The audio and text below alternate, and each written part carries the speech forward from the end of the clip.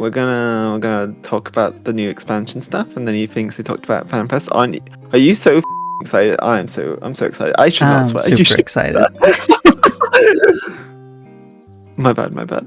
It's gonna be good though. I'm so hyped for Berlin. And we get to go to FanFest. Yeah. Hi, this is walking in front of my. So this is recorded after the 7.5 patch. Yeah, so we know a little bit more than these fools, these dummies of the crowd. They don't know. They don't know. They don't know. You know, we're going to the 4th. We're going to the 4th, and it showed like the different shards in the trailer right at the beginning, and it's clear that like, you know, they're rejoining, or we need to rejoin them, which was confirmed by the patch we've already played. Yeah, there's a natural rejoining happening, which will kill everyone. Yeah. What? Baby, no. But maybe... Baby, no, don't rejoin.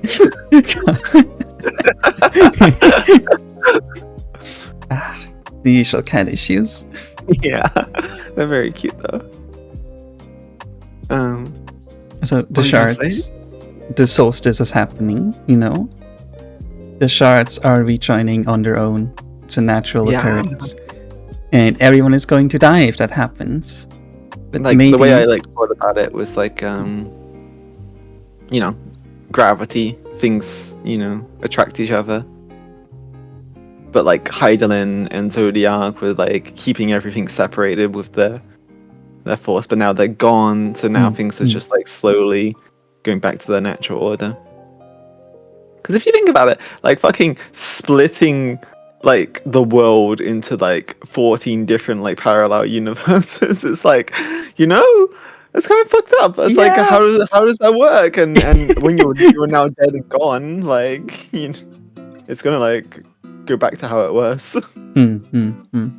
So since this is going to happen anyways, we've been introduced to the Winterers. We're going to externally accelerate it, where it's only going to kill like half the people. Yeah, I feel like I did a backflip. I feel like it's going to kill a lot more than half. Like, I don't know how much you know about like the other rejoinings that have happened, but like you can read about them on the wiki and like they're mentioned in games, but they're like biblical level disasters, like the rejoining of like one of the ones flooded basically in the entire world, like because of all the extra water ether. I think you know the Allegan Empire. They were completely destroyed by the rejoining with like the Earth elemental plane. Just like there was just massive earthquakes that just like completely like crumbled their empire and killed them all. Yeah. So the rejoining of one kills everyone on that shard because they dissolve basically. They're gone. And on the source, it kills like 95% of people. It kills like almost everyone. Like, but the point is, it's a recoverable state. You know, it's not. If all of them rejoin at once, it will just become a barren planet. Yeah. When your life can recover. Whereas this will like kill civilization as we know it. But in theory, life can recover afterwards. Yeah. You know how in shards there's already like an imbalance? Like the Shadowbringers one is way too much light and no darkness. But the 13th has way too much darkness but no light. Yeah. So maybe we can figure out which shards we can rejoin without causing a calamity. Like rejoin the fire shard and the ice shard at the same time. Yeah, something like that. Or we just fix their issues that they have going on, like giving light to the 13th. Oh yeah, that's what we're doing right now. We're giving light from the 1st to the 13th, right? Yeah. So maybe whatever kind of imbalance they have, maybe we manage to fix it. The problem with the imbalances is that the imbalances aren't natural. like they were caused by the Ascians. Like the Ascians triggered like all of the imbalancing on one side by like influencing politics and like telling people to do certain things, like the invention of electrope and all of that. That's like the Ascians trying to make a lot of like lightning imbalance in that place. For example, I don't remember exactly how it works, but I also think there needs to be an imbalance on our side at the same time, if I remember rightly. I'm not 100% sure. But I think it has to happen on both sides. I may be wrong. I'm not a lore expert of this game. I've only spent like 6 years playing it, so... Yeah. You know? Oh, this part of the trailer was so good with the staging. Yeah. So the next one we have like the grandma telling the story like before the planet froze over. Yeah. You had the theory that she was one of the Norns. Yeah, I think in like Norse mythology, forgive me for like it's not something I'm very knowledgeable at all about, but there are like 3 weaving gods that like tower the future, and they have something to do with the world tree, and they weave like the fate with the roots and stuff. But like they're basically just like old biddies that live in the forest or like away by themselves, and they make fate in the future. But they have like a theming of them being like weavers, and they have like the classical spinning like thread wheel, you know. So I feel like that's what that lady is supposed to represent. And she's telling the story of the trailer. But I think the story she's telling is not about us. Yeah. For sure. Because at first it's like, oh, it's such a beautiful place, so many trees, and then it grew cold. The winter came. And then mankind had to retreat to the sky. And it also shows the arcane golems. Yeah, like the frost giants. In the trailer, she's saying they marched and all was lost. They marched and all was lost. Yeah, so maybe the frost giants are the ones that caused the frost, or that's what they think at least. Yeah, maybe. We don't like I said, know the imbalance is always, it's not a natural thing. It's always something made by the people of that shard that's influenced by the Ascians. Yeah, and then we get to the aura, the mysterious aura in the trailer on this icy tower.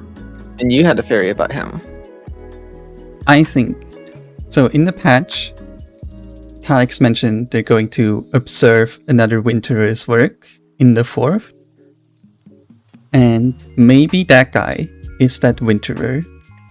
Yeah, I think so too. And he's themed after Odin, it seems like, right? Yeah. Oh, if people don't understand why we're like dropping all the like this Norse mythology, the areas and the scenery of like the expansion that we've already seen are very Norse like based. So there's like long boats and the Yggdrasil, like the world tree. I don't know if that's how you pronounce it.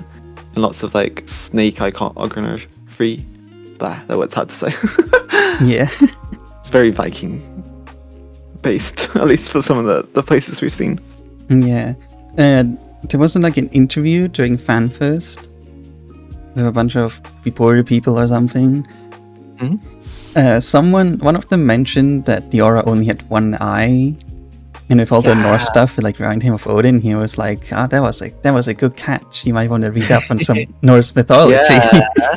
So like the loose story of Odin, as I know it, is that he gives away his eye in exchange for knowledge and foresight to like some dude that lives at the base of Yggdrasil. I don't actually know enough to know who he gave it to, or like why that guy is important and can give like that power.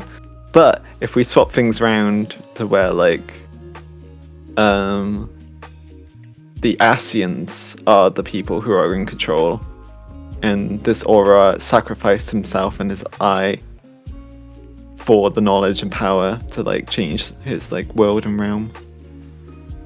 It kind of tracks, you know. It makes sense that he would be the Winterer that we're going to go stop in this expansion. I also want to point out how similar it is to Final Fantasy VII, like the famous cutscene of Aerith like praying and then being like killed. Like the girl that's in front of him that then like dissolves into dust.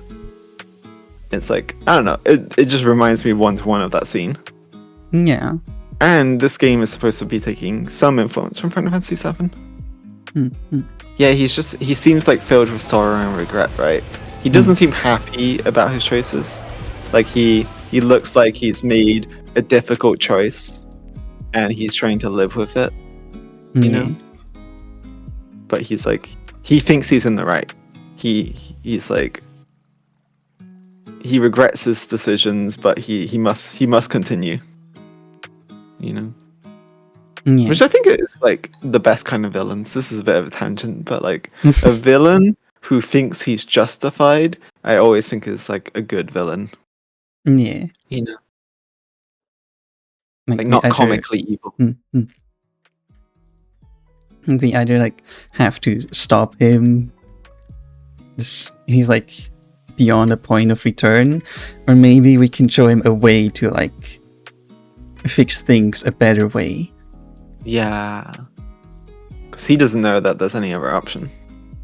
Yeah, you know, he only knows what Hammerroot, the Asian, has told him, presumably. But then she's still telling the story, and she talks about the wanderers or the travelers. I forget the wording she uses. Yeah, the traveler. The traveler that came from the sky. We knew them as far wanderers. We knew them as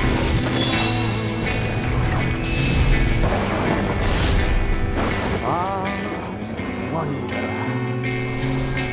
I think there's some trailer trickery. For like people who don't know, this is part 1 of a trailer. This is like the first half of the trailer that we are seeing. This trailer will then get things added to it as the months progress in each FanFest.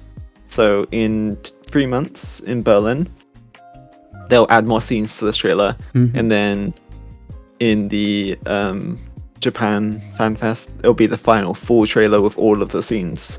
I think they're doing some trickery here, where there are like scenes that will slot in to make this dialogue make more sense for the things that we will then know in later patches or in the expansion itself.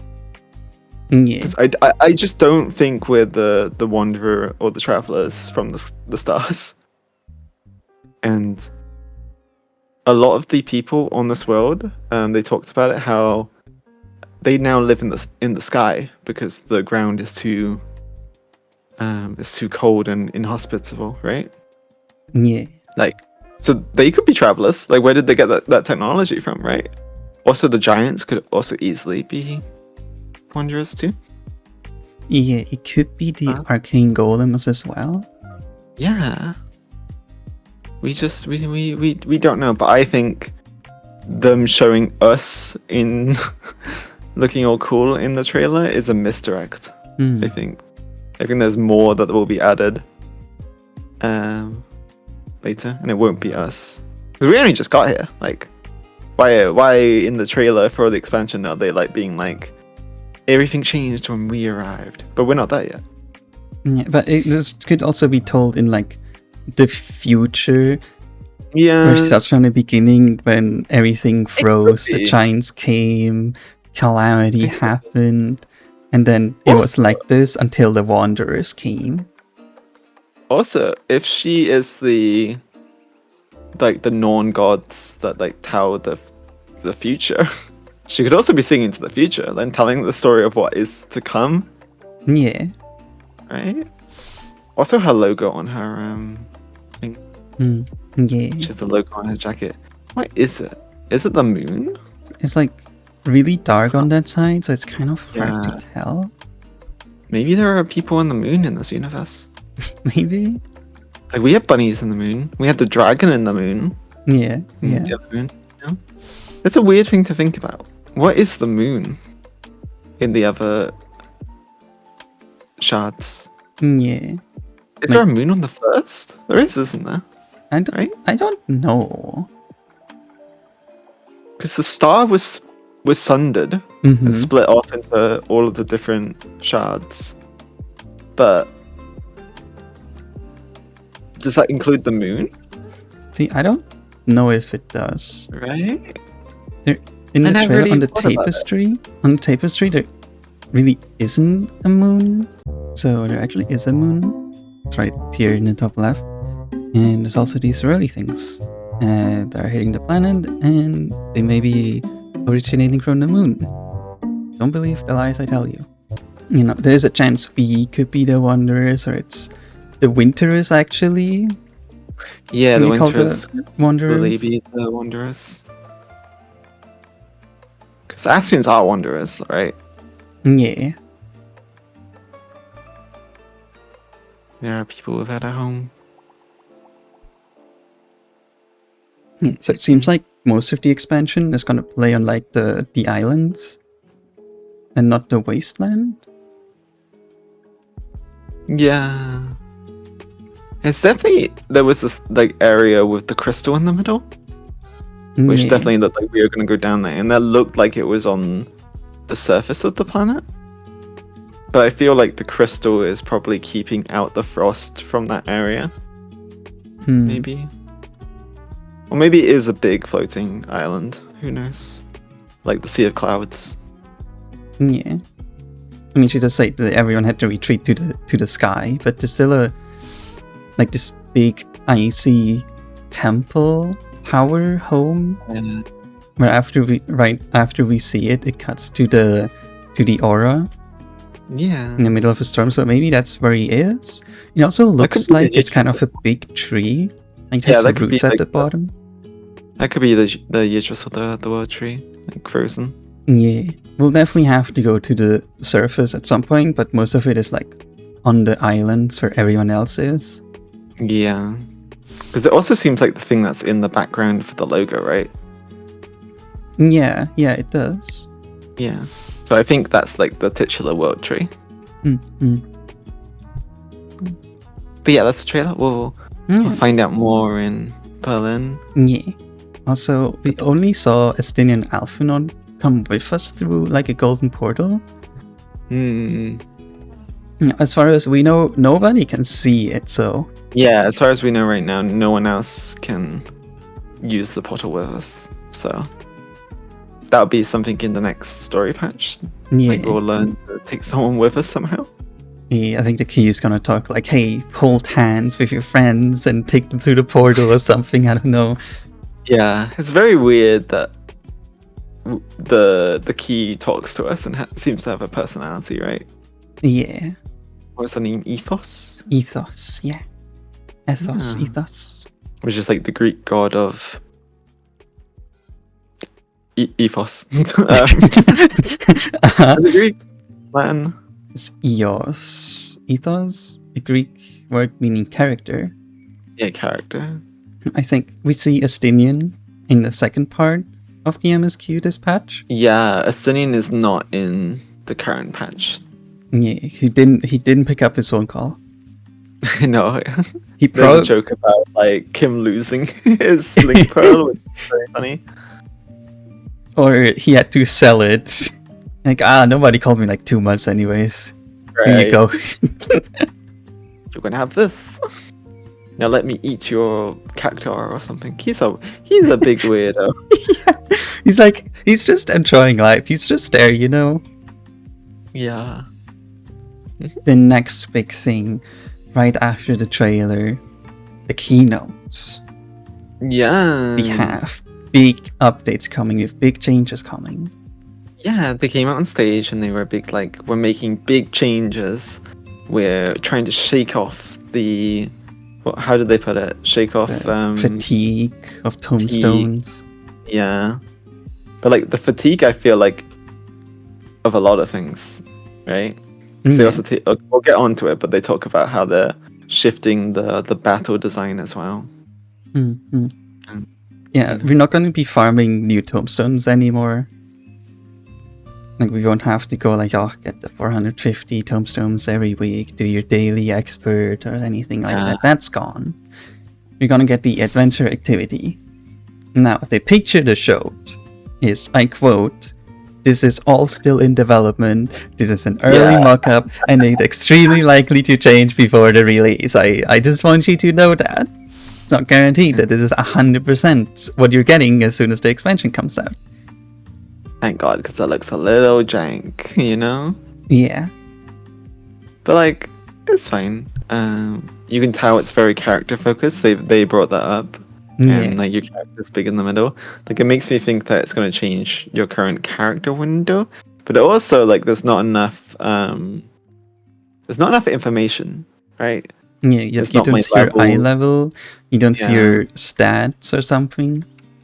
But there's like, my gear is here, which is very strange. Yeah. Like this might be where we plug in our Savage gear, but they didn't show the Savage gear tab, so... They didn't show anything. We have to wait.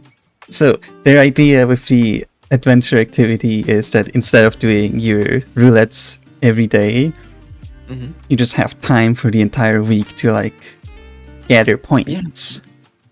Like, we're swapping from a daily system into a weekly system with more things, you know? Which is good. I feel like it's respecting the time of people better. I feel like you could easily go too far with this system. Yeah. Like, MMO players, bless their heart, they're a little quirky.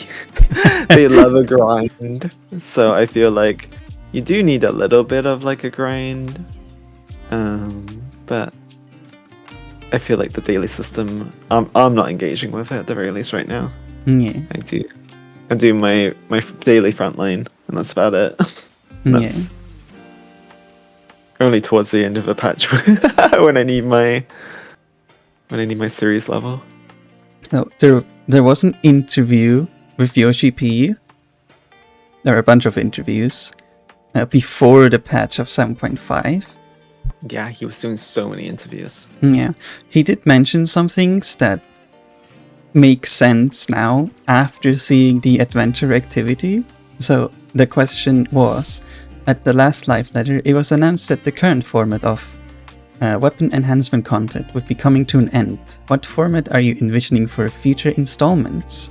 Now, he said, "I apologize, but I'd like to refrain from giving details at this time. We plan to announce them in various future announcements." Also, it was translated with Google Translate, if anything sounds weird. Yeah, all the interviews are in Japanese.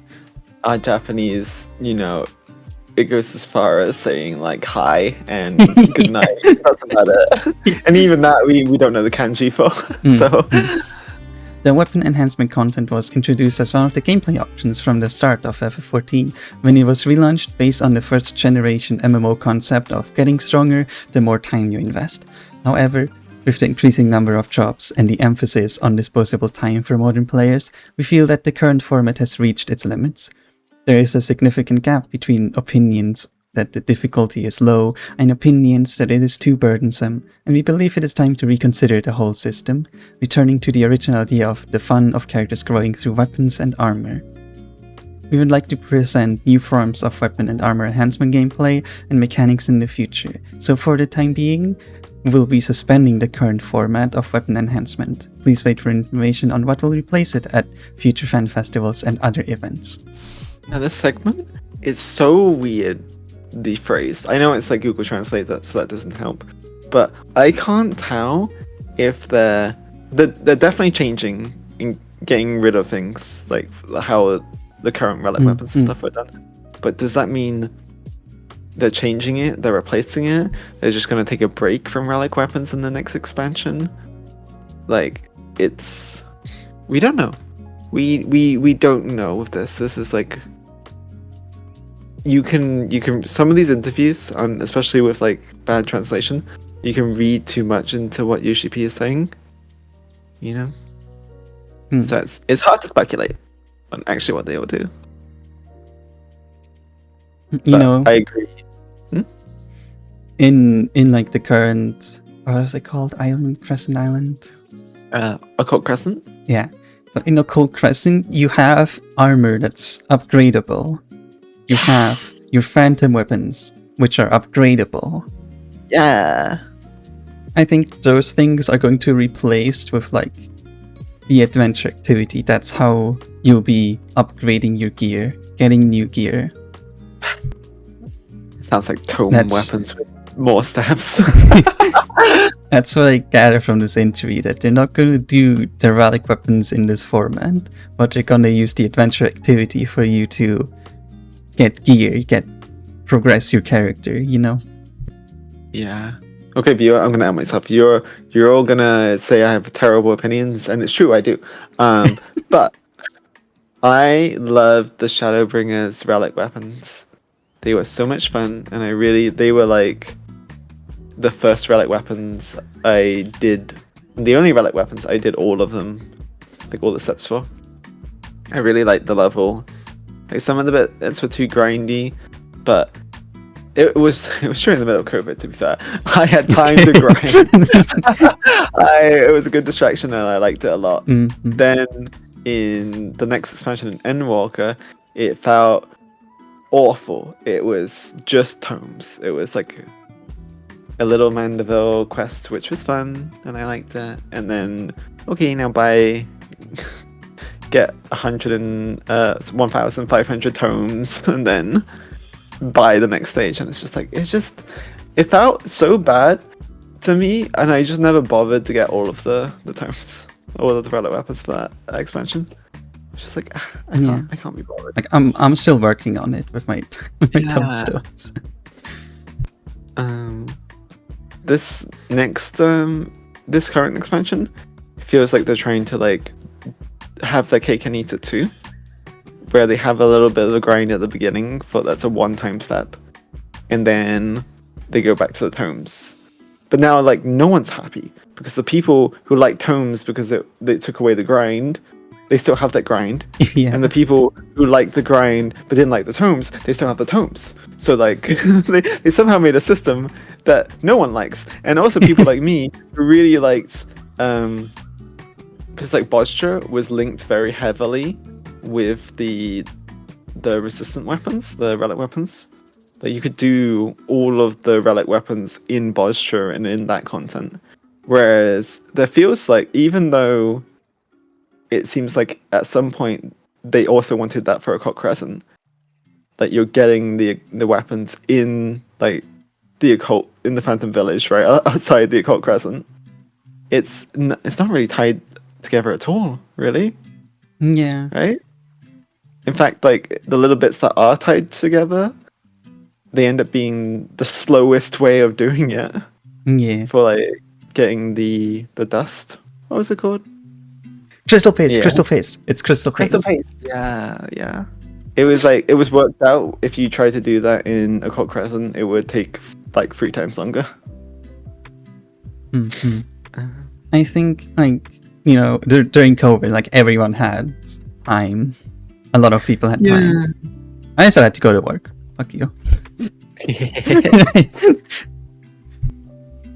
had to work less hours, but my uni lectures. I don't know. Like today, like no one's gonna have the time for the grind. Also, they're adding 2 jobs with every expansion. Like, yeah, that's the big thing. Like every job they add is another weapon. It's another 3,000 tomes for each step, right? Yeah. And like after Shadow brings them in Endwalker with 2 more, then Dawn Trails does 2 more, then with Evercold there's 2 more, so there's already 6 extra weapons you'd have to work towards. Call me weird though, I don't think it should be a design goal.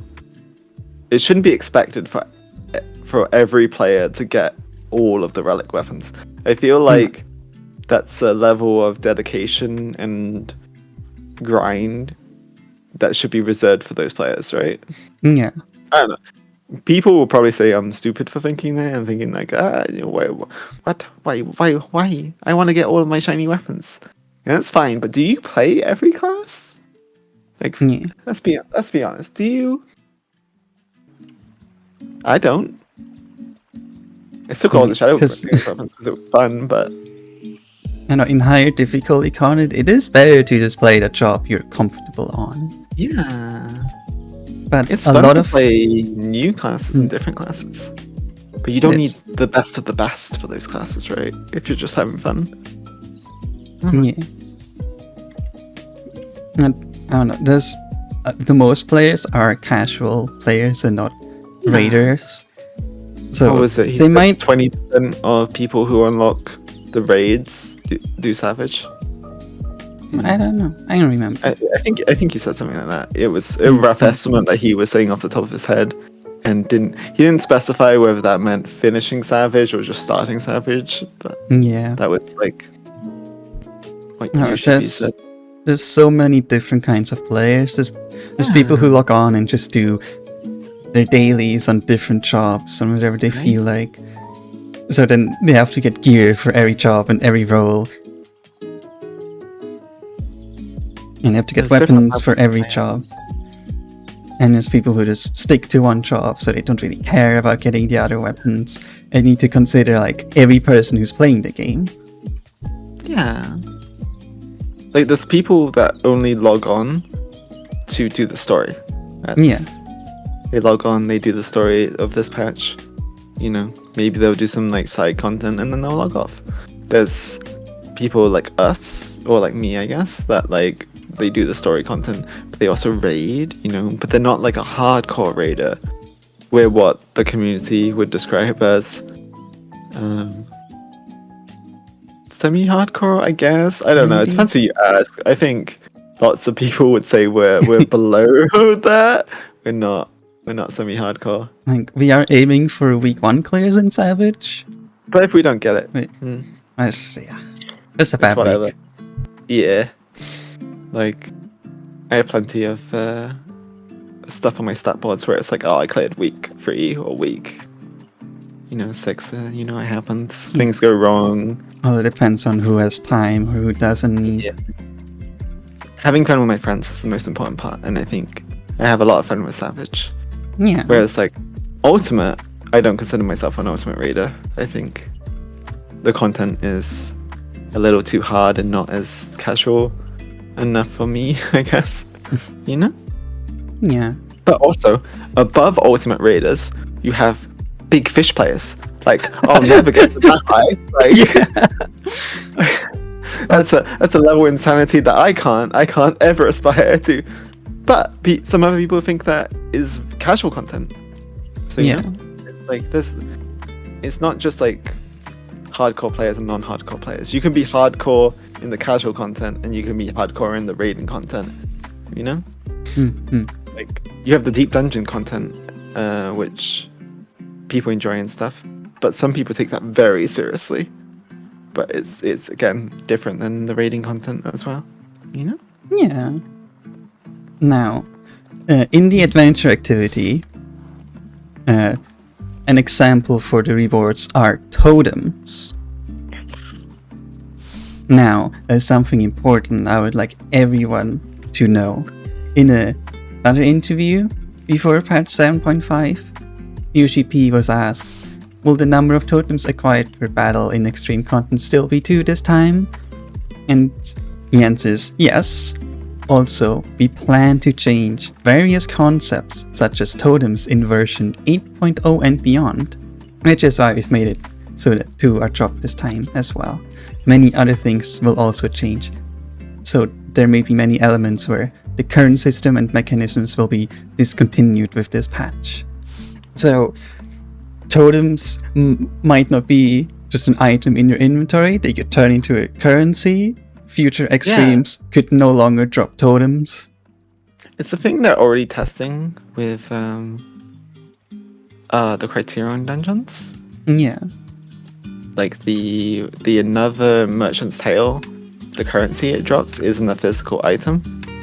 It's a currency. But the one for the advanced version is a physical currency. So I don't really know what the fuck they're doing, to be honest. They're doing a lot of testing, trying out. Yeah, they're experimenting a lot, which I think is good. Like in Endwalker, I think that's when they started to think about the relic weapons, about what to change or how to deal with them, because especially aiming for like Walker. I think they were dealing with the post-COVID issues, and I think they had to rush a lot of content. That's what I think happened in Walker. Yeah, that does make sense. I forgot about that. Yeah, but this expansion and definitely the next expansion, they're experimenting a lot. Like they still kept the tomes, even though it had the relative, mostly negative feedback. Yeah. And I think already in Antwerp they were considering about doing something else, but COVID and stuff, they couldn't do a lot. They just kept it with tomes. I'm gonna make extra work for you, but didn't in one of these interviews he did before FanFest, didn't Yoshipi also like talk about having someone asked about dungeon gear and like having a totem equivalent for dungeon gear, and he said something about that. I don't remember.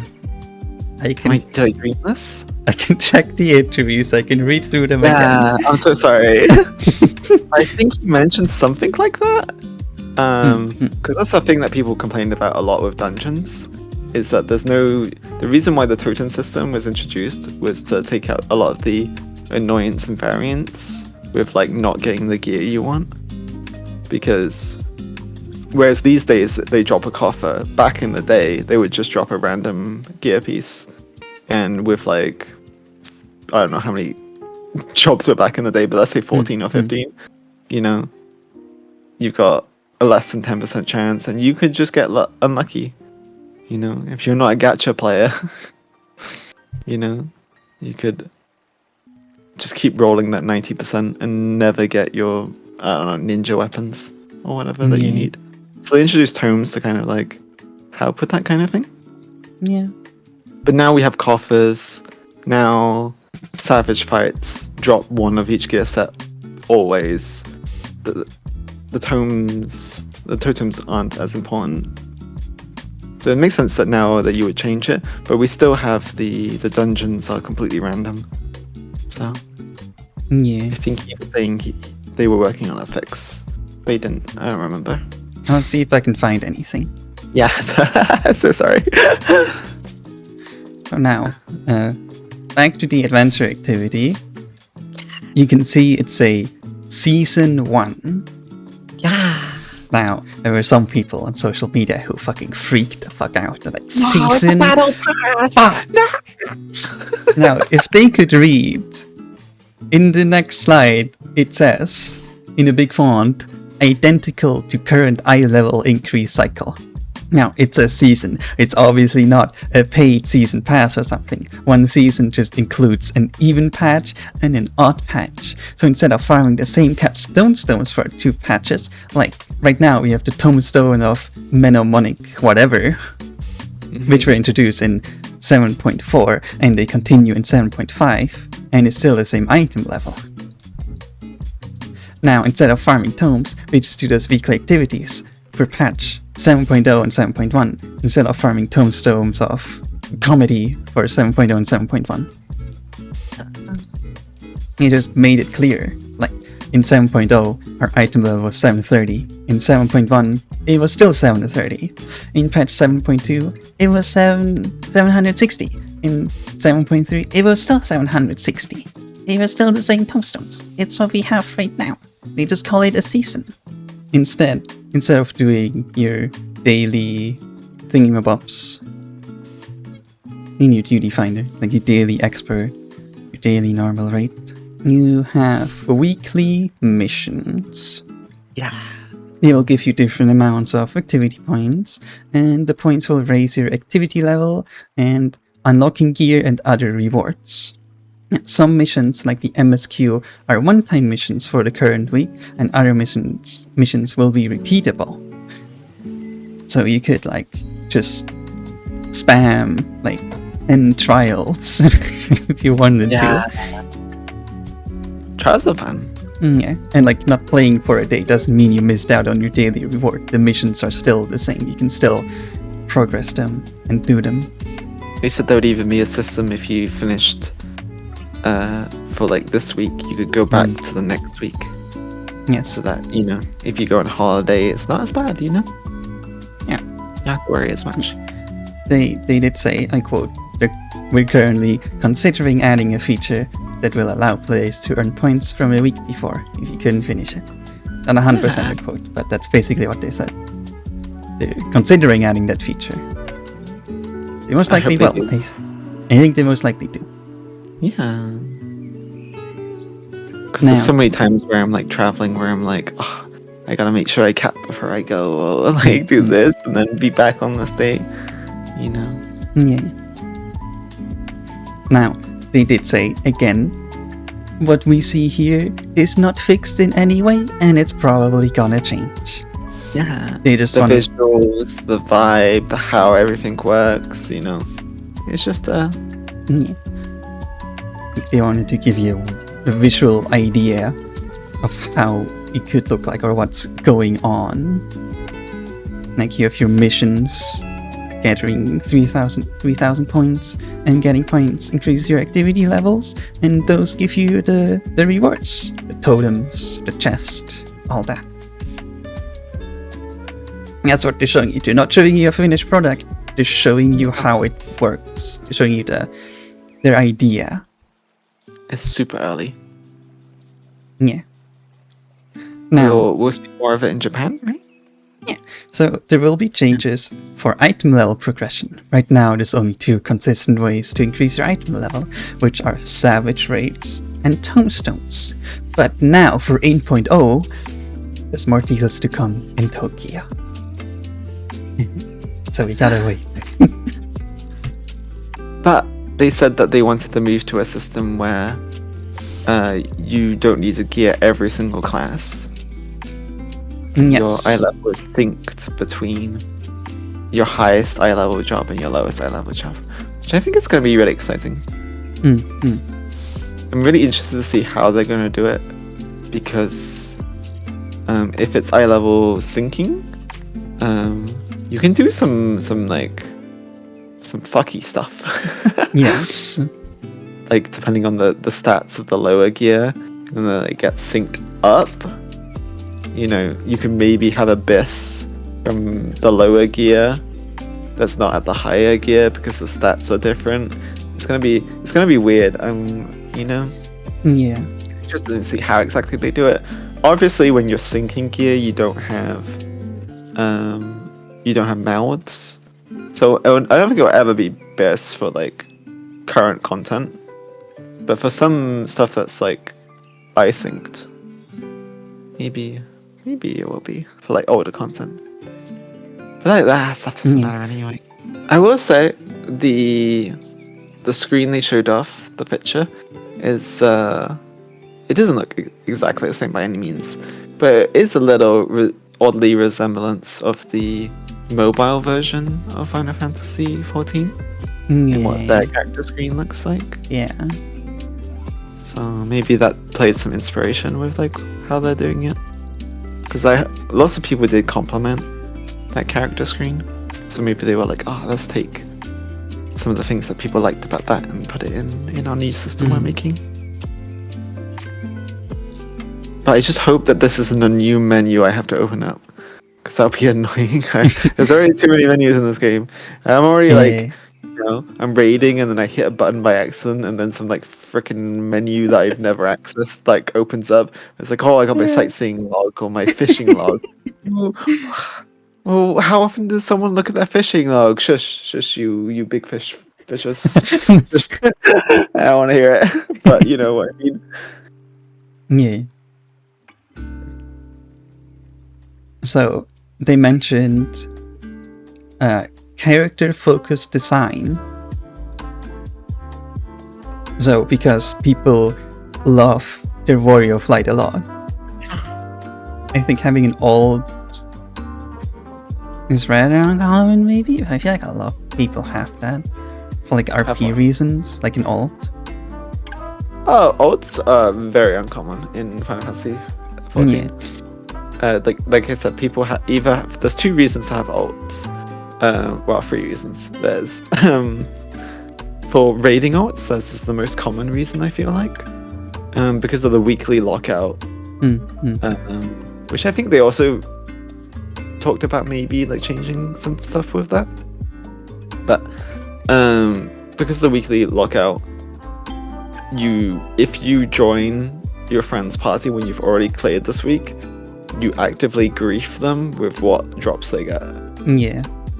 So lots of people make alts where they can reclear their content with like other friends or help people out, or just do the fights again because they enjoyed the raids so much. Like I did this a lot with the first tier, because I just loved the fights so much.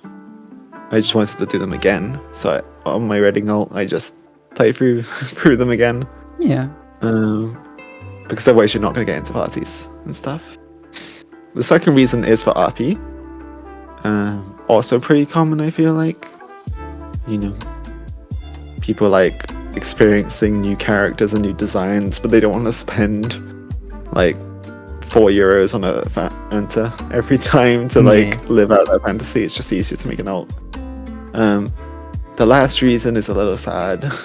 Is if you're like not the most social person, or you're being harassed, and you just want to like, this is my private, I don't want anyone to deal with me account. So those are like the 3 reasons for having alt. But because of how the class system works in Final Fantasy, like I feel like the majority of the player base does not have an alt, at least at the same like eye level or story level, Yeah. Like a lot of people just love the Warrior of Light, also because that's the character they went with through the MSQ. Yeah, they're very attached to it. Yeah. When you go through the emotions in the story, it's the character is like the face that's like, reflecting how you're feeling.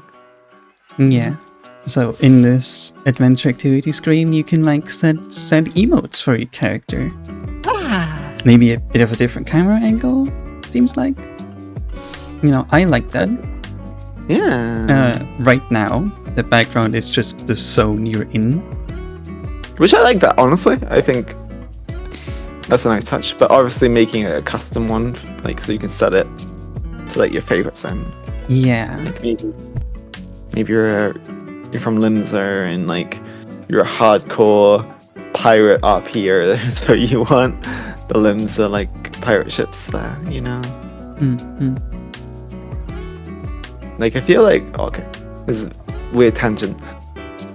Every time you log into the game, it shows you the splash screen of the area you're in, but because of how the rested bonus works, and everyone logs off in one of the major cities, but there's a custom like art for every single zone you're in. Yeah. Some of them are really pretty, and if they could use that in like the backgrounds for like this, I would like that a lot. Yeah. He also mentioned character action skins. Yeah. Which means your Dragoon animations. There could be like 3 different sets. You get to choose whichever you like. But they didn't really say a lot about it. They just said they were like, here are character action skins. You can change your animations. Warrior Berlin. So like the only thing I can think of is like the animations in FF, like some of them are slightly different depending on what race you are, or if you're male or female. Yeah. Maybe those change. But it's a lot of animation, so I don't think it'll be that more than an idle pose, Yeah. But screenshot, the Final Fantasy community has been screaming for the Dark Knights and the Dragoon gender poses to be flipped so that the other I can use them. Yeah. I would like that a lot. Yeah. Also, in the screenshot, it looked like they were showing battle actions. Yeah. So maybe there's like 2 different sets, 3 different sets, but I don't know. I don't know how many animation stages have, right? Yeah. I guess with the evolved system that we'll talk about later, there will be a lot less actions. So that maybe will be more feasible. But I don't know. We'll have to see in Berlin, you know. I don't know. I don't want to speculate on it too much. I will say there's a big modding community of people who retroactively replace all the animations of certain classes with different like styles. And the developers have been pretty good about taking things from the modding community and just putting them in the game, because it's against 2S, they don't want you to use mods. But if you say, like, a big thing that I liked when the modding first started happening is there was this there was a plugin that told you if you already had a collectible item like a minion or a song or a haircut, and then within like 3 months they added it to the base game, and I was like, oh, okay, I don't need mods. That's the only thing I wanted. So maybe it's something along those lines. Yeah. They will be adding more character customization. Yippee! There will be a color picker for eyes, hair, and skin tone. Like, when we were watching the keynote, I was playing bingo, and one of the things I wrote down was like, like quality of life change that everyone goes crazy over, and I circled this so hard for this. So I was like, yeah, like a color picker on your hair is so nice. Right now, you're very limited in what shades you have if you want a wacky shade. So you wanted like turquoise hair. That's not an option, I don't think, right? I'm not too sure. There's like, for like even something simple as red hair, there's only like certain limited shades. But now you can have anything you want. You can be Shrek. Yeah. You can change your skin color to be green. You can be Shrek. Now, another important point. Face paint layering. They finally figured that out. Yippee! I can have my freckles! You can have freckles and a heart on your cheek. Yeah. At the same time. They should have the multiple layering with like eyeshadow and eyeliner and stuff like that. Yeah. And it looked like they even improved some of them, but it looks really good. I'm really hyped about that. There's also improved customization of eyes and lips. Yeah. You can have beautiful lips now. Thing that's quite restrictive. Yeah. Like, it's a limited amount of colors. They don't really affect your lips too much. And then it's just like light or dark color options, and that's about it. There's no gloss. There's no no slider to make it matte or shiny. Yeah, so that'd be nice. I am a little worried. I'm not the kind of person that's like, wah, my immersion, because you know who you are. There's a certain subset of like people in the community that are like who get really mad whenever they add non-traditional fantasy elements into Final Fantasy XIV, which is silly. The base game has spaceships and mechs. I don't really know like what these people were ever on about, but yeah, but that was like a big thing people were complaining about with Dawn Trail for some reason. But I can see like people being a little like wary of this change, because as funny as it is to make Shrek, you know, when you queue up for your dungeon, it's a little weird to see him. Yeah. You see joke names quite a lot. Yeah.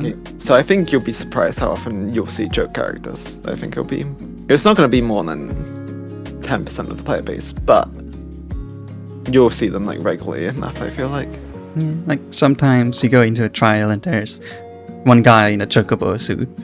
Yeah. It's not too often. A lot of people just like the character. You make him pretty. You do make him pretty. Or you make him cool. Yeah. You know, epic and strong. Edgy. Pretty pink. Full armor or nice dress. Especially with now that everyone can wear whatever gear they want from any set. You know, the customization options in FF right now are really good. Yeah. Talking about customization options, there are removable parts of equipment. So they showed off the very famous like jacket with the scarf on it. You can take off the scarf now. Yeah, you can turn into a fuckboy. They do kind of like fuckboy, don't they? I am worried that it's like the same thing with the dual die system where sometimes it's not going to be the piece you want to take off. Yeah, like sometimes the dual die just dies a random button on your shirt. Yeah, especially with gear that they didn't design with dual die system in mind. Yeah, there might be some cases where it's like a little silly what's being removed. Yeah, I'm worried that would happen, but I think that will happen. Yeah, but they have the ability here. So there's a lot of gear that has overlap with each other that looks the same. With like dungeon gear, there are some dungeon gear that is like a mirror of like older raid gear. Like the Amarot gear, I might be misremembering, is very similar to the Alexandra like raid gear. I might be mixing up like which one it is, but the stuff like that, you know. But normally they have different die channels, or can't be dyed at all. And that's like the change. They could also make it so that the gear that is removed from each set could be different. It could be a way of adding more customization to the game, you know? Yeah. I would like that. Yeah. So, next point they talked about was ever-evolving content. Now, what they want to do is improve public fields, just the zones you're in. Yeah, you know, so fates and hunts and other like activities to do. Because they made a big deal about the zones feel dead, especially after an expansion is over. No one's there. With fates, they mentioned that maybe there's just less fates, but like more engaging ones. I saw that fates were an option in the activity character thing, so that's a good thing. Like right now, if I do fates, the only thing I'll get is bicolor gemstones that I want. But if that counts towards my activity for the week, and then I don't have to go do experts or something, that'd be nice. Yeah, I'd like that. Like with this system, with their adventure activity, you can get gear from doing fates. Yeah. You can increase your eye level by doing fates and being out in the field. So now you get the gemstones, you can buy alpaca meat for your recipes, which are like and guild per piece on the market board anyways.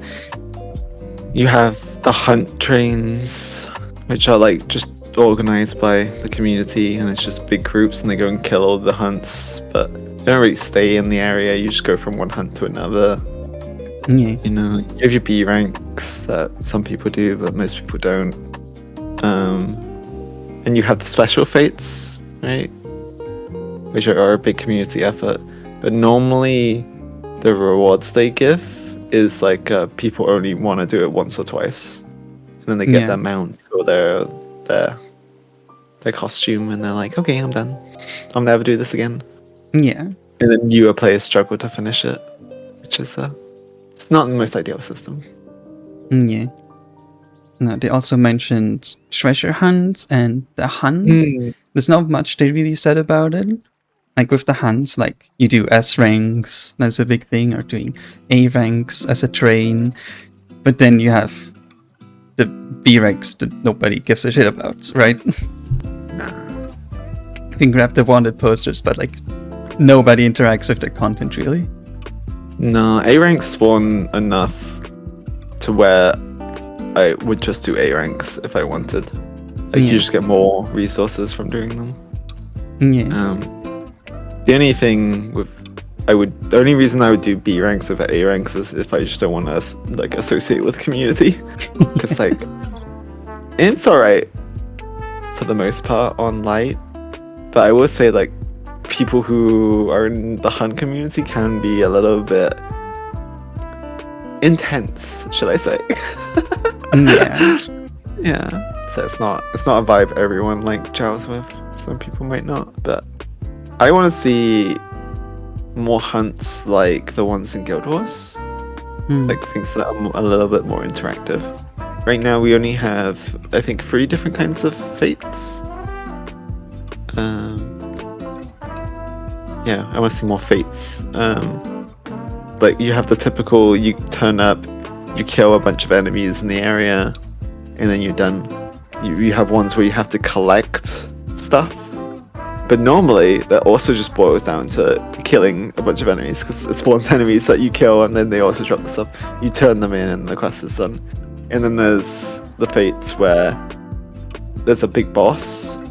Oh, there's also ones where they move and you have to defend them as they move. Yeah. But they're pretty uncommon, and that's it. That's the only kind of fates there are. It'd be more interesting if there were different kinds, you know? Yeah. So they're planning on adding new features for treasure hunts.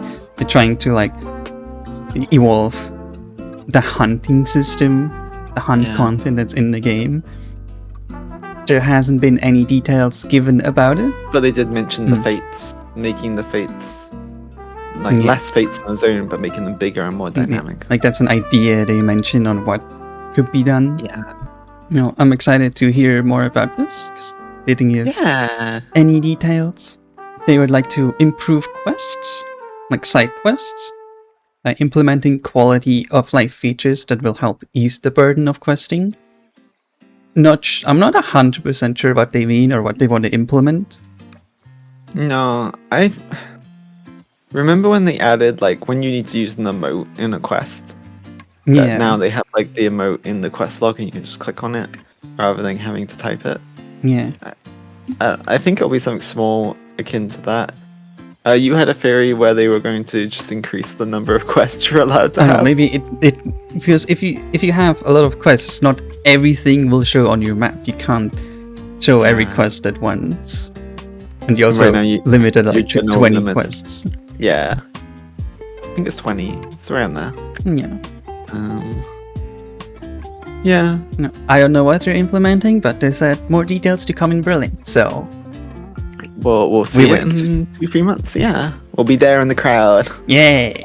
They were also talking about evolving battle. What they want to implement is adding a third difficulty for 8-person raids. There's a difficulty between normal and savage. I think this will be a really good change. Yeah. Yeah. Like the difficulty gap between normal and savage is like massive. Yeah. Like normal is just made so you can throw in a bunch of random people and they just kill it. Savage is like if someone doesn't know what the fuck's going on, you're dead. Everyone dies. Yeah. It's not the most like beginner friendly content. Yeah. I have lots of friends who will never ever touch Savage content. Not because they're not good players, or it's just because it's too intimidating and they don't like the pressure of like needing to know the fight and having that on them. Yeah. One of my friends, I took them in to, I think it was P1S, and they studied for like 3 days before they let me take them in. That's like how stressed they were about it. Yeah. So having another level below Savage would be a lot more accessible. Like, just after you've done Savage, it's a lot easier to just continue. But getting into Savage from just doing like casually normal difficulty, you have melee 1, melee 2, ranged 1, range 2, main tank, off tank, healer 1, healer 2, and they all have specific positions, like the clock spots. Like positions to expect it to just be at. Yeah. And like, the average person is not gonna fucking know that, right? No. Like, there's a lot of terms the raiding community uses that, like, the average person won't know about. Yeah, so there's like, this difficulty of getting into Savage because you need to just know all that. Yeah. Like, if one person says limit cut to me, I'm gonna, like, I'm gonna scream. Yeah. The average person does not know what a limit cut is. I know what a limit cut is, and I know how stupid the term is, like, to say. It's numbers. It's numbers. It's just numbers above your head. Yep. Same with like a flare marker, right? You know what a flare marker is? Of Do you know why course. it's called a flare marker? Why? Why is it called a flare marker? Because it got put on you from a cast called Flare. Yeah. And, like, that's it. That's the only reason.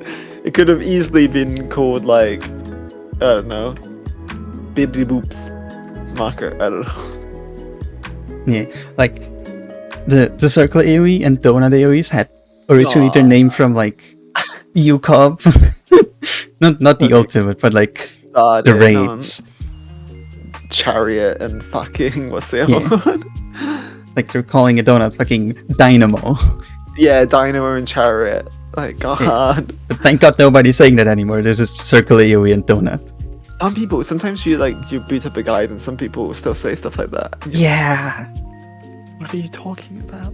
But I think those two are like mostly out of date and barely I used. still want to make a guide that just uses like old, ancient, stupid terms for every fight. Like, okay, and here comes like the Rams cast. You know, here's Levin Strike. Just stuff like that. I think it'd be funny. Yeah, adding a third difficulty where it's not as punishing as Savage, but it is still more difficult than normal. I think we get one exception now. One exception. If they make it so I have to do Savage and this new form of content, I'm gonna go crazy because they do this with the Criterion where it's different. Like, for some of them, you need to do both. Like, I just want to do the highest tier of content and use that to buy all the stuff from below, you know, or not need to. But if I need to do my advanced and my savages every week, I will. that's more work. I don't want to do that. Yeah. So as long as they don't take content away from Savage and they let me get the advanced content by either just doing it once or by like backtracking from Savage, I'll be happy.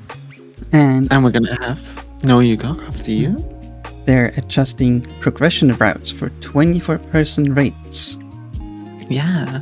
So right now we have a coin system where you get a coin from each of the raids, and you also have like weekly drop gear from the Alliance raids. So I'm guessing that's what they're changing up. Yeah.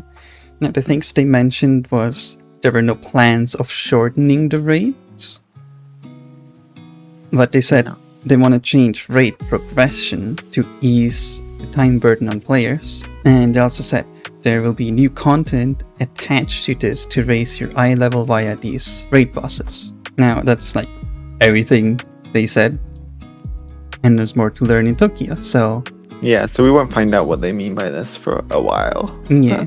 Interesting to speculate on. I think they're gonna let us. They could either let us jump into the quests at any time, right? Right now, you have to do the first floor of the Alliance raid, and then the second, and the third. Like, but maybe they'll make it so that you can jump in at any step. Yeah. Which is a little weird for progression of the story, because normally they come with like stories. Yeah. And I'm especially hyped for what story they're doing for the next Alliance raid. Yeah. We'll get to that in a little bit. Yeah, but I think it'll be the coin system they're changing up. Because right now, especially at the end of the expansion, the coin system is so unwieldy.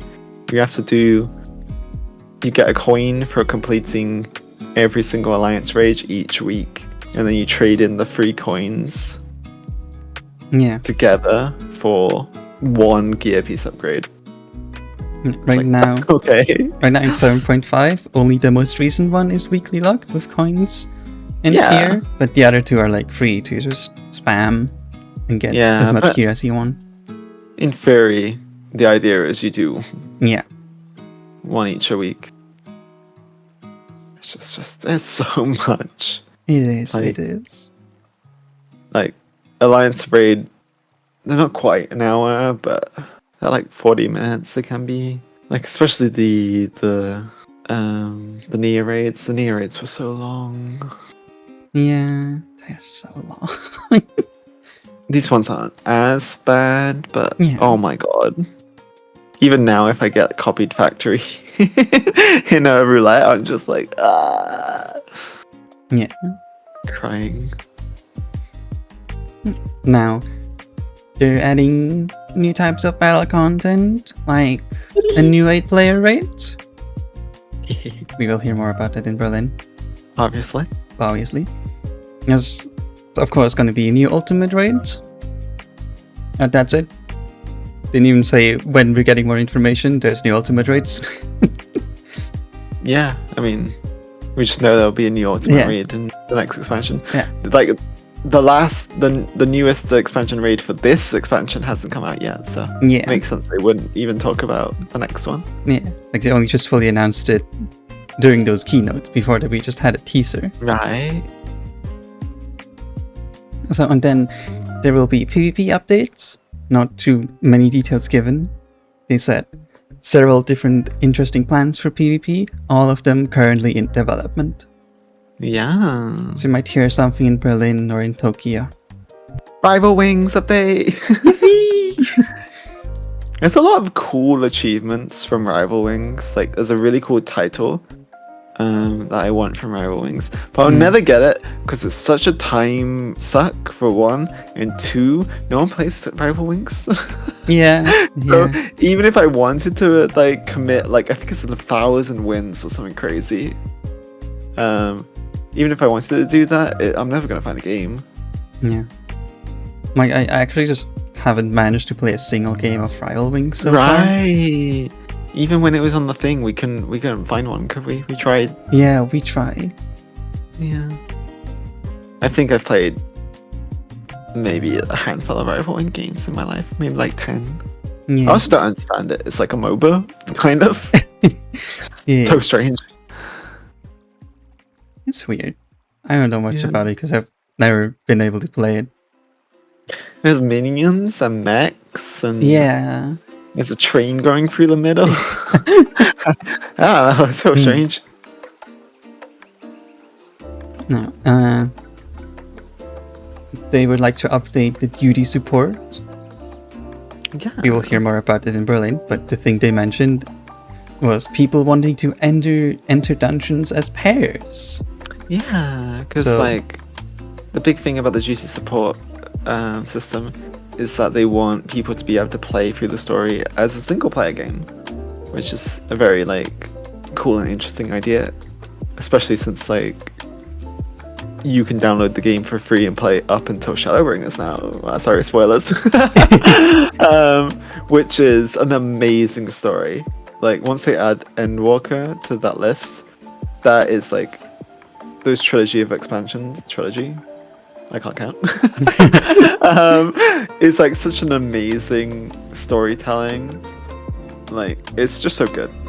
Yeah. I would recommend anyone to get the game and download and play up until Endwalker.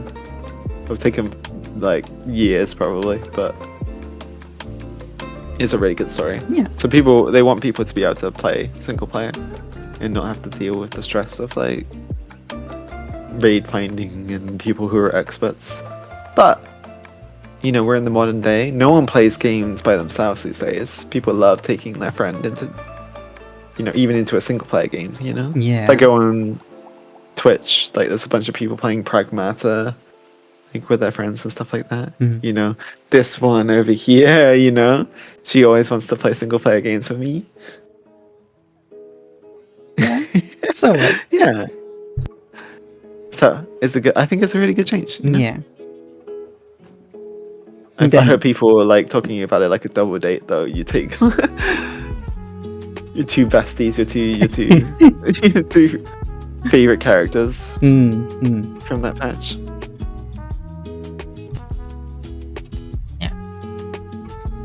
Next up, they just mentioned the New Alliance Raid series, of course. My expectation was they're gonna be like, hey, New Alliance Raid going next expansion, more in Tokyo. No, I was wrong. It's fucking Evangelion. They just started playing a trailer. Dun, dun, dun, dun, dun, dun, dun, dun, dun, dun, dun, dun, dun. Sorry. I was like, you know, New Alliance Raid, we're not gonna hear about it. And he's suddenly like, oh, you better listen, better look. So fucking funny, and at the same time not surprising at all. Like, yeah. Eva has been collabing because of its like 30th anniversary or whatever the fuck it is. They've been collabing with everything and anyone. If you search Eva collabs right now, and they always did this, but especially like the last 2 years, there's been so many. They're collabing with everyone.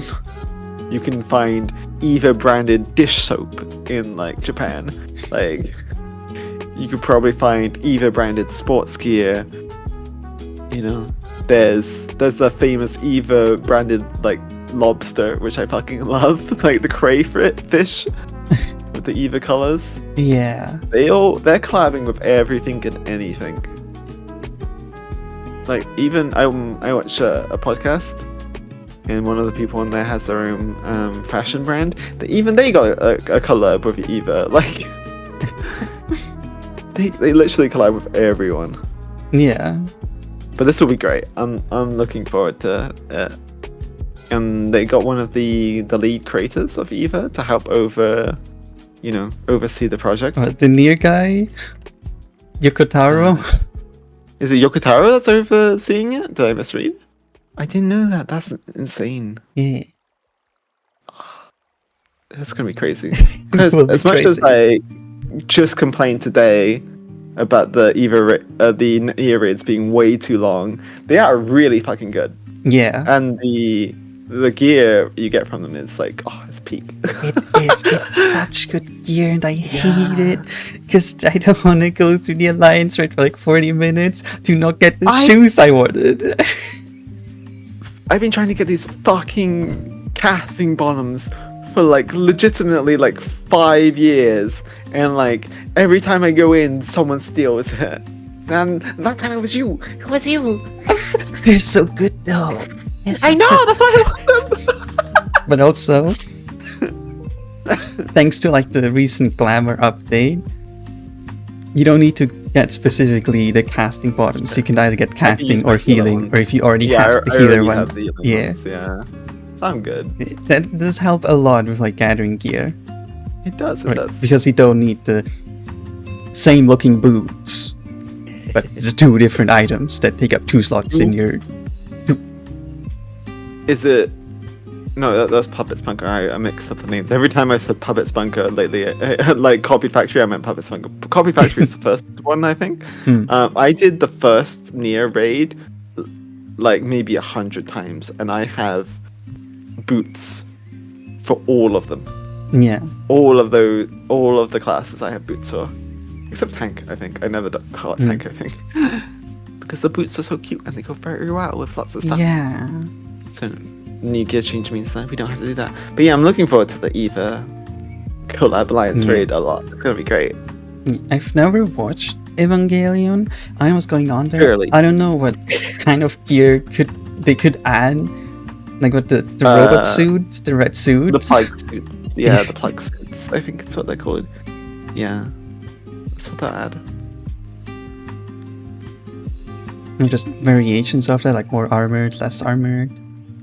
Yeah, different colors. Yeah. You know. But it's going to be 3 raids, so they all need like different armor. And I don't know what's going on in that show. I don't know what they could do really. And maybe armor inspired from like the robots they're in. Maybe. We'll see. You know. I don't know much about. I've seen Evangelion, the first original, but I know there's a bunch of other like animes and series, and I haven't seen them, so I can't comment what other like things they would use and like spin-off. Yeah. But girl, we're gonna make you watch Eva before the new expansion. Okay. And I want you. Let's do a podcast where we talk about it. I'm saying this now here, so to hold us accountable. We're gonna do it. I'm looking forward to it. Okay. I'm looking forward to it too. Yeah. So, they showed some new threats, presumably dungeon bosses, I think. For Dawn Trail in the keynote, they also showed off a dungeon boss for like one of the later ones. There's a little Viking puppy with, you know, these braids, these steel swords with those engravings. It is giving Viking vibes, you know. Yeah, it's like a Viking-inspired Fenrir, I guess. Yeah. Is Fenrir already Norse mythology? I think so. Yeah. It's a monstrous wolf in Norse mythology. But it's a kitty instead of a wolf. Yeah, it's like a saber-toothed tiger. Yeah. I assume it's like what's terrorizing the little kitties. Oh, that makes sense. We haven't showed the kitties yet. The kitties are so cute. Yeah. They showed off like a little new area, and like the local inhabitants are these big fluffy dwarf kitties. Yeah. Like these fancy beards and then like the dopey little mouths. I love them. It's so cute.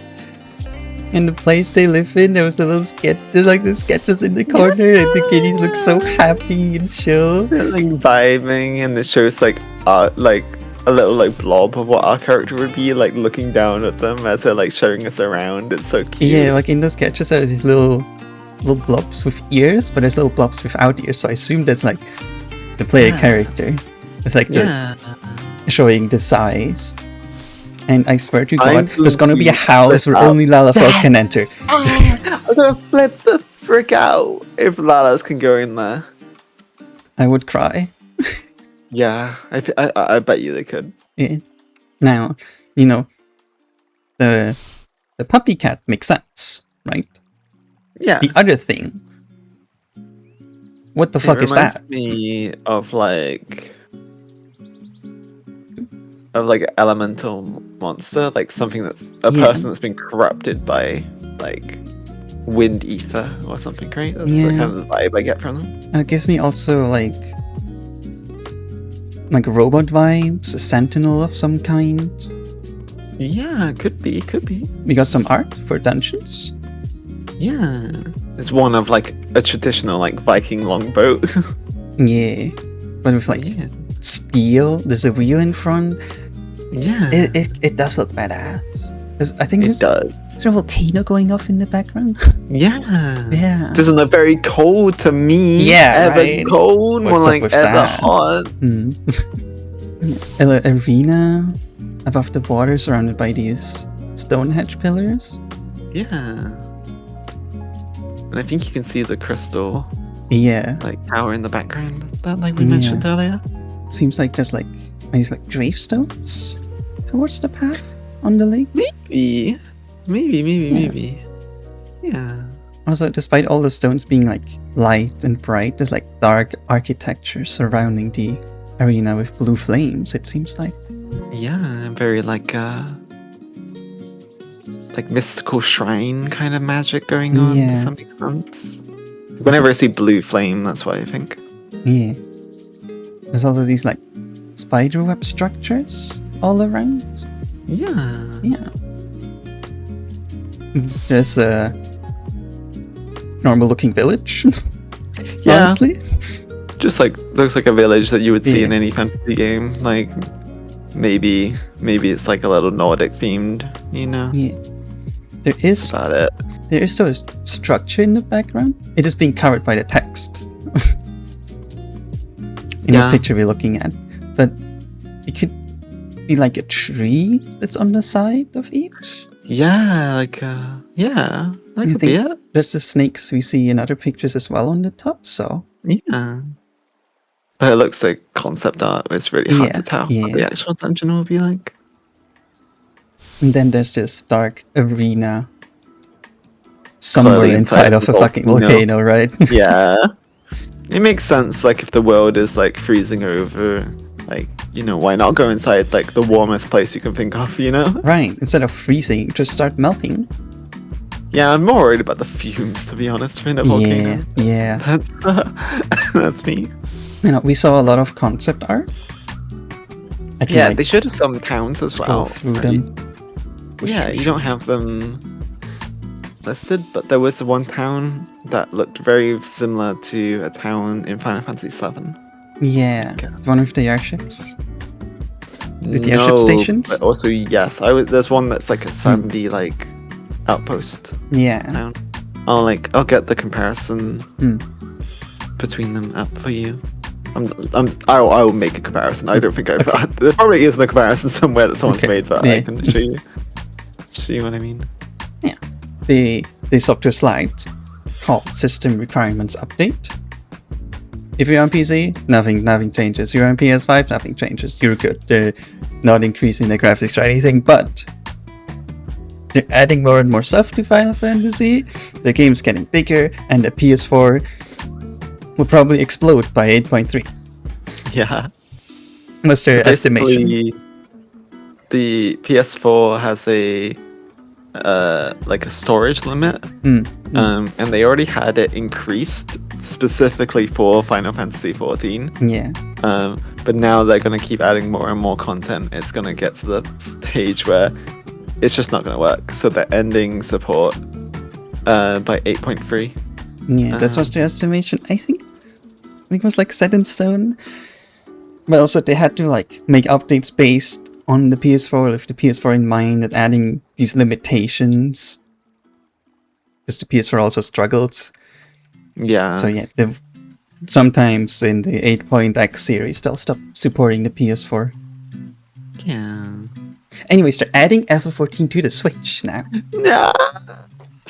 I was so excited for getting rid of because the game always has to be bottlenecked by the lowest, common denominator. Yeah. So getting rid of the PS4 is good because I'm we can start increasing graphics and doing some other stuff, some more inefficient things. I love inefficiency. Yeah. But then you add the Switch and that's going to be a bottleneck we'll have to live with as a community for a while. It's not a terrible thing. It's just it's disappointing. Yeah. The game is never going to look like, Cyberpunk, so it's not the biggest deal. But Yeah. a little more scenery objects, a little more grass and foliage would have been nice. Yeah. Also, the Switch version requires a separate subscription. It's the only other platform that does that, which I'm blaming Nintendo for. Oh, 100%. Honestly, it's surprising it does not need a Nintendo Online account subscription. That's a big thing that they said. Yeah, we argued that away. That's crazy they managed to do that. Yeah, and if you already have a sub, the Switch sub is 50% off, so that's also good. Yeah. There will be a free month as well. So if you have a Switch 2, in a few months you get to play and try out Final Fantasy for free, I think. At least you don't have to buy the game at the very least. You might still have to buy the subscription, I'm not sure. Details will come closer to the date. Yeah, I think they were planning to release it for August. What we just heard from the video. By now checking, they will have the test ready by August. Yeah. So that'd be good. Yeah. They started talking about the current patch stuff, the 7.5. Yeah, Peacemaster will be coming in the end of this patch. So it's going to be really late, right? That's also in August, I think. It's very sad. But because we're already on the patch data, we know some things about Beastmaster. We know that it will be using striking gear. So, you checked the market report. Do you see that somewhere, or did you come up with the idea yourself? I wish I could say I was smart enough to come up with the idea myself, but Vivian told me so. And then I went and checked it. Yeah, I noticed it's in your character profile. It's also in the glamour dresser, but it didn't show any gear. Yeah, so and you definitely have striking gear, so I guess they forgot to hide it on one end, but not on the other. Yeah. Now you added your own screenshots. Now, if you go to the market board, in the armor section, you select Beastmaster. It shows you the gear it's going to use, which are just, shields. And then if you click on any armor slot, it will show you striking gear. Yeah. And accessories will be slaying. Yeah. Every single other melee. Yeah. No, that's cool to know because they never mentioned anything about that. Yeah, they just put it in the Breaking game, I news. guess. Here on the Snug and Panic channel. Mm-hmm. Now, another important thing with this patch, the cross data center update. Your party finders are now combined. Yeah, Like light and chaos, they can come together. and Because Booty chaos, Finder. yeah, It's a big thing. yeah, because chaos was already fucking dead because everyone who wanted to raid went to light. Yeah, but this is on the. So- I'm calling you out, Chaos community. I'm a light player, but Chaos community wouldn't be dead if you all weren't coming to light. It's like a self-perpetuating like issue, you know. Yeah, like maybe it started off as like just less parties on chaos. Yeah. So people started swapping over, which made it so there's less parties on chaos, which made people swap over to the data center with more parties, and there were less parties, and then people swapped over until there were no parties, until maybe a single party for an extreme farm. Yeah. So they tried to fix this a little bit by like, with PvP. Yeah, The the ranked crystalline conflict. the ranked crystalline conflict. They were doing it so that you would have to travel to Chaos to like combine those to queue for that. But even then, I couldn't find a freaking queue. So you know, at the very least, this would be a nice change, so I don't have to go to Chaos to try and find a ranked game when I want to play. You know, because there's some really nice weapons that you can only get via ranked crystalline conflict. So, but if you can't find a game, you can't get them. So yeah, so this would be nice. It's gonna be a mess, I think, in Europe because communities are quite heavily divided. Like Light is definitely more German, and Chaos is definitely more French.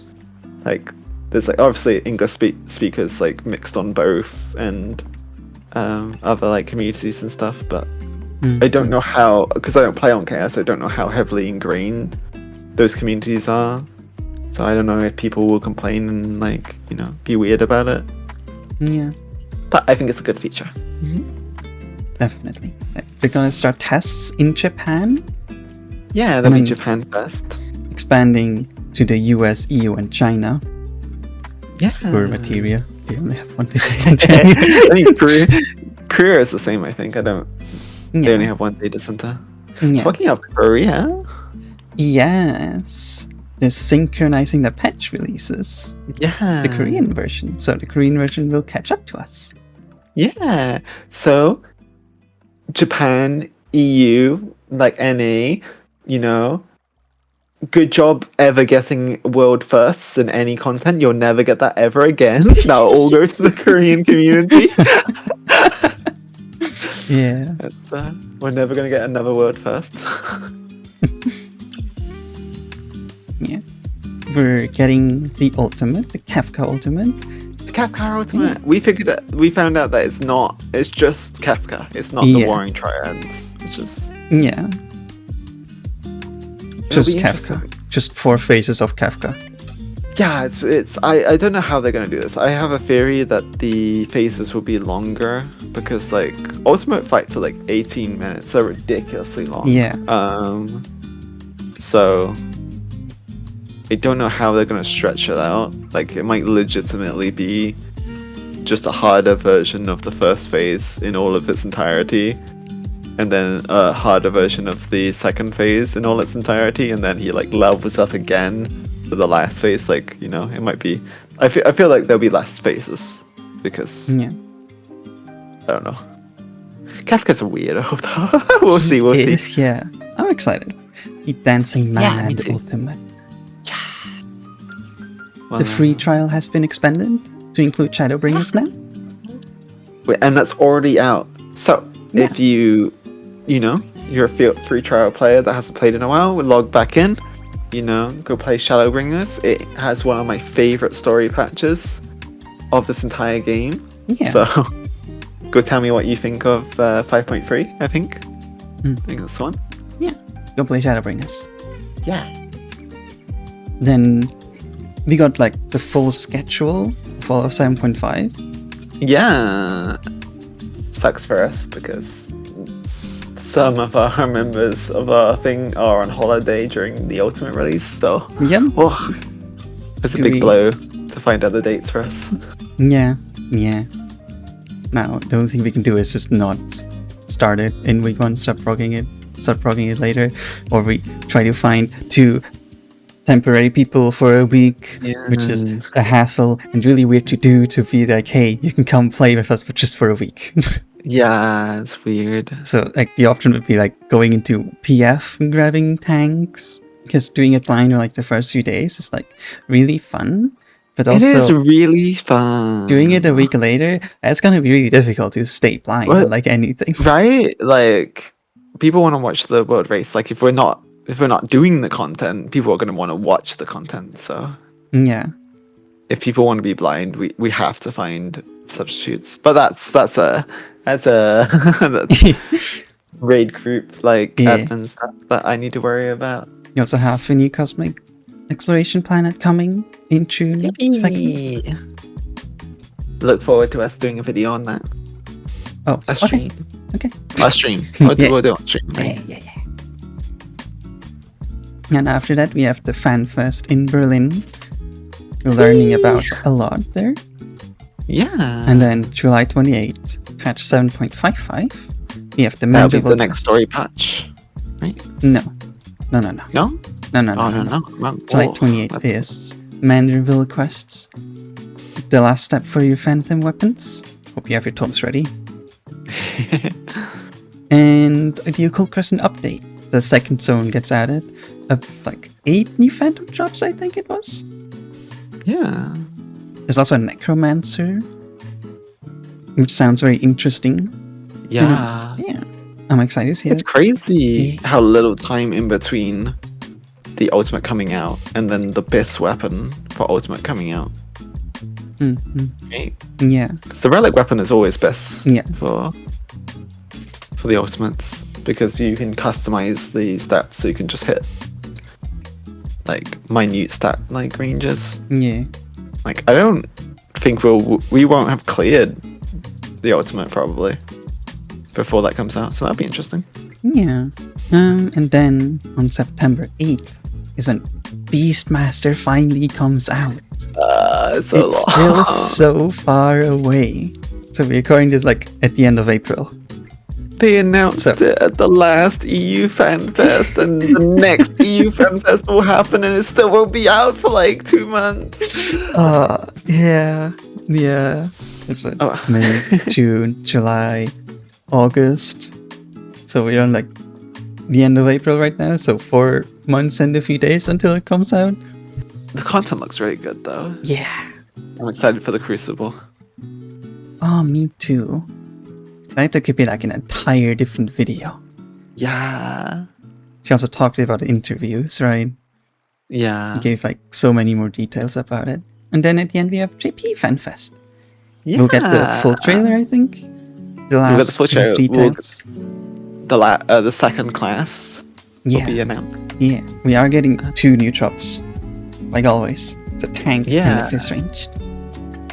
Looking forward to that. Have you heard the theories about it? So many theories. There's a theory that the top that he was wearing was like one of the tanks from the Golem old tanks, Yeah. and people are like, double shield / gun like tank. But people are saying it's like an Eminem reference, and that the actual class will be the fizz range, and it'll be on martial class, like a rifle class. Should be interesting.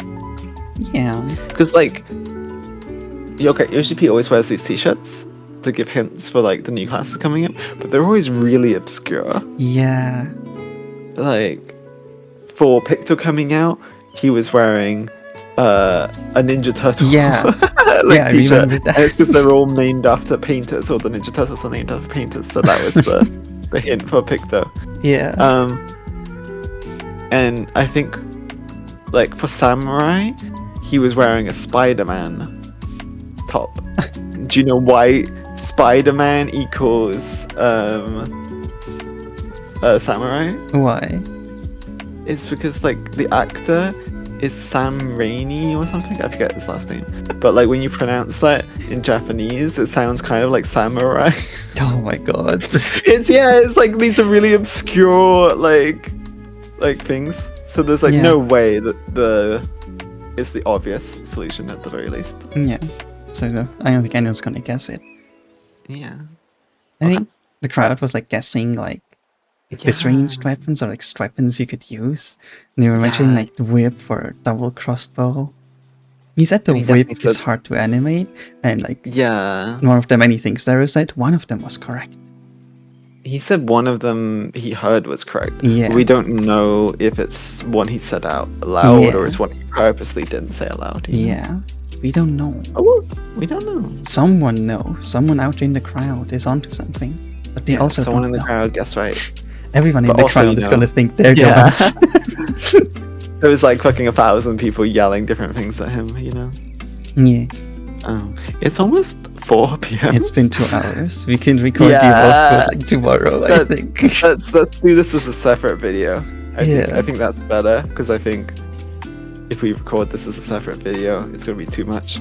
So, look forward to another video where you hear our views on the evolved and reborn modes that were also talked about in this expansion. You know, from an expert dragoon here. Hello. Yeah, I've been doing that a couple of times. Have you noticed? Not really. I haven't been looking over that. Weird. It's okay. Yes. So yeah, there's gonna be big changes to combat. We would like to give our opinions and thoughts and important disclaimers for anyone watching this. Yeah, we're looking forward to it. So we'll talk about it more another time, because it also makes sense because it was a different panel where they went really in depth with it anyway, so it makes sense to make a different video on it. Yeah. Bye everyone. Thanks for watching. Bye.